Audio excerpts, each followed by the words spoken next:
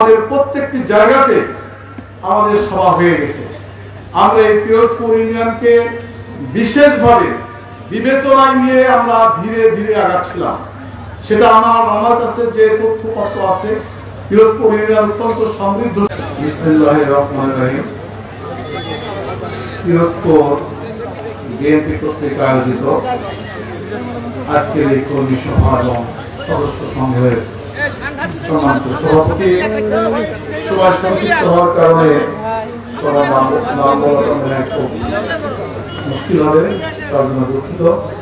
সম্মানিত সভাপতি, মঞ্চে উপবিষ্ট আপনাদের প্রিয় সন্তান জনতা জনাব তারেক রহমানের আস্থাভাজন, মেহেরপুরের গণমানুষের নেতা সদস্য সচিব জননেতা অ্যাডভোকেট কামরুল হাসান, মঞ্চে উপবিষ্ট আমাদের মুজিবনগরের প্রিয় মুখ, জেলা বিএনপির আহ্বায়ক কমিটির যুগ্ম আহ্বায়ক আমিরুল ইসলাম, জেলা বিএনপির সম্মানিত যুগ্ম আহ্বায়ক আমাদের সাবেক ছাত্র নেতা ফাইজ মোহাম্মদ সহ মঞ্চের উপবিষ্ট সিনিয়র নেতৃবৃন্দ, সামনে উপবিষ্ট পিরোজপুর ইউনিয়নের বিভিন্ন ওয়ার্ড থেকে আগত আমার সম্মানিত সহযোদ্ধাবৃন্দ এবং সর্বস্তরের নেতৃবৃন্দ, আসসালামু আলাইকুম। আমি সংক্ষিপ্ত করছি এই কারণে সময় নেই, নাহলে সবাইকে আহ্বান জানানো যেত। আমার সাংবাদিক ভাইয়ের এখানে আছে। আমি আমার বক্তব্যের শুরুতেই গভীরভাবে শ্রদ্ধা জানাচ্ছি স্বাধীনতার মহান স্বাধীনতার ঘোষক, আমার এবং আমাদের রাজনৈতিক আদর্শ শহীদ প্রেসিডেন্ট জিয়াউর রহমানকে আমি গভীরভাবে শ্রদ্ধা জানাচ্ছি।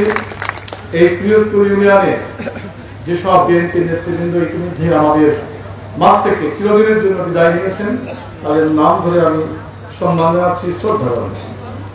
মরহুম হাবিব উদ্দিন মন্ডল, মরহুম শাহাদত বিশ্বাস, মরহুম মোহাম্মদ আলী শেখ, মরহুম রতন মল্লিক, মরহুম ফজলুর রহমান মাস্টার, মরহুম ইজ্জত আলী শেখ, মরহুম শাহাদ উদ্দিন বিশ্বাস, মরহুম আকাশ আলী খান, মরহুম মুকাদ্দেস আলী খান, মরহুম মারেক, মরহুম শামসের মালিকা, মরহুম আনসার আলী মেম্বার, মরহুম নজরুল ইসলাম। আমি এইসব নেতৃবৃন্দের গভীর মাগফিরাত ওনাদেরকে যেন বেহেশতের সর্বোচ্চ আসনে আসীন করেন, আমিন। বন্ধুগণ, আজকের যে সমাবেশ, আজকের সমাবেশ দুটো অংশে বিভক্ত, একটা কর্মী সমাবেশ এবং আজকে সদস্য সংঘ।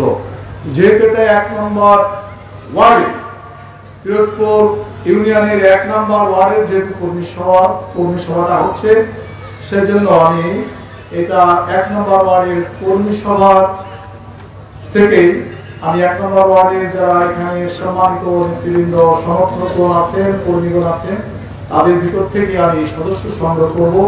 অন্য ওয়ার্ড থেকে যারা আছেন তারা যেন এই বিষয়টা অন্যভাবে নেবেন না, যার কারণে আগে থেকে ব্যাখ্যা দিয়ে রাখলাম। আমি প্রথমেই ধন্যবাদ জানাই এই সভাকে সফল করার জন্য।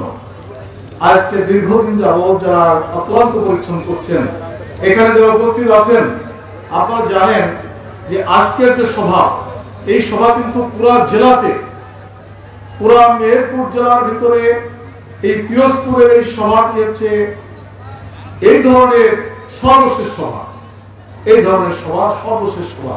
আমার একটি ইউনিয়ন এবং এখানে বিএনপি নেতা কর্মীরা বিভিন্নভাবে বিভিন্ন সময় নির্যাতিত হয়েছেন গত 16 বছর। শুধু তাই নয়, বিএনপির দ্বারাও বিএনপির নেতা কর্মীরা নির্যাতিত হয়েছে বিভিন্ন সময়, সব রিপোর্ট আমাদের কাছে আছে।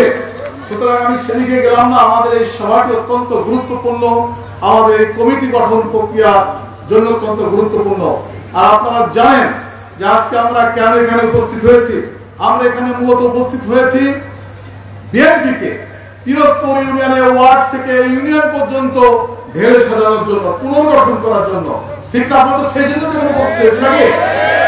আমরা এখানে আহ্বায়ক কমিটির যেসব মেম্বার এখানে আছি, আমরা কিন্তু দলকে পুনর্গঠন করার জন্য এখানে উপস্থিত হয়েছি।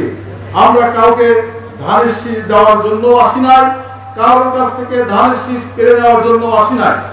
আমরা এসেছি এখানে দলকে শক্তিশালীকরণ করার জন্য। দল যদি শক্তিশালী না থাকে তবে ধানের শীষ যাকেই দেন না কেন ওই ধানের শীষ জবের শীষ হয়ে যাবে। সেজন্য প্রথমে